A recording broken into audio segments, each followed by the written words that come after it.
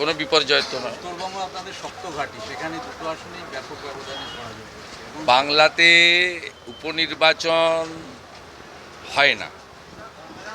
আপনার কিছুদিন আগে ধূপগুড়িতে 4,000 ভোটে আমাদের জেতা সিটে আমাদের হারিয়ে দেওয়া হয়েছিল। সেই ধূপগুড়ি থেকে গত লোকসভা ভোটে জয়ন্ত রায় 20,000 ভোটে জিতেছে।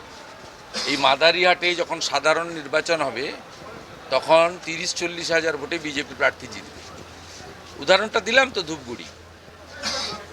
অতএব এটা নিয়ে টকশোতে আপনারা বলতে পারেন, তো এটা নিয়ে আমরা ভাবিত নয়। এবং গতকালও আমি বলেছিলাম যে পশ্চিমবঙ্গে উপনির্বাচনের ফল নিয়ে এখানে ভোটই হয় না উপনির্বাচনে।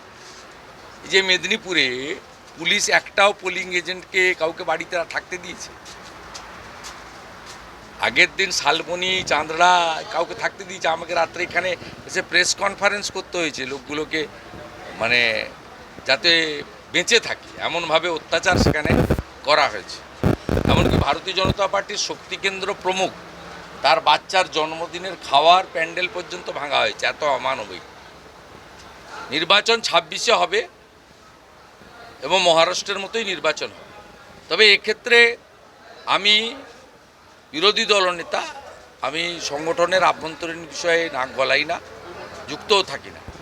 আমি শুধু একটা জিনিস উপলব্ধির মধ্যে দিয়ে বলতে পারি, মানে আমি সিপিএমের বিরুদ্ধে লড়াই করেছি, গণ আন্দোলন করেছি এবং অনেক গণ আন্দোলনে বর্তমান শাসক দলের নেতৃত্বে তখন হয়েছে 11-র আগে, তাতে প্রত্যক্ষভাবে যুক্ত থেকেছি, কেস খেয়েছি ইত্যাদি।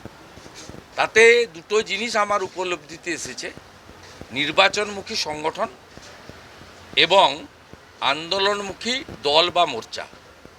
এটা আমাদের করা উচিত। আমাদের হাতে মাত্র 1টি বছর আছে, ভোটাররা প্রস্তুত আছে এবং সকলেই 26-এর জন্য অপেক্ষায়। এই 6টা আসন নিয়ে কেউ ভাবেনি।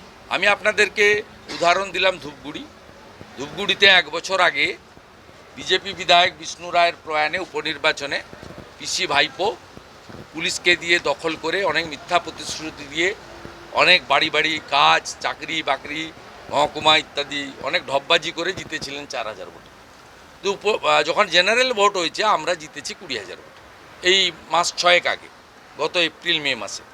তাই এখানেও মাদারিহাটের ক্ষেত্রে আপনি প্রমাণ হয়ে যাবে যে আমরা 26-এ জিতব। শুধু মাদারিহাট নয়, নৈহাটি, তালডাংরা এবং মেদিনীপুর আসনও 26 সালে ভারতীয় জনতা পার্টি জিতবে। হাড়োয়া আমরা কোনোদিনই জিতিনি, ভবিষ্যতেও জিতব না, কারণ সেখানে 80% মুসলমান থাকে। আর মুসলমানরা মহারাষ্ট্র কংগ্রেসকে এবং তার অ্যালায়েন্সকে ভোট দিয়েছে, ঝাড়খণ্ডেও তাই করেছে। আর সিতাইতেও প্রায় 40% কাছাকাছি মুসলমান আছে। যদিও সিতাইতে 21-এ আমাদের ভালো ফাইট হয়েছিল 5,000। সিতাই আমরা ভালো লড়বো সমানে, জিতবে কিনা জানি না 26-এ। তা আপনি আমার নাম করে লিখে রাখুন, কারণ ওপারেই তো আমি ফাঁকা করে দিয়েছি।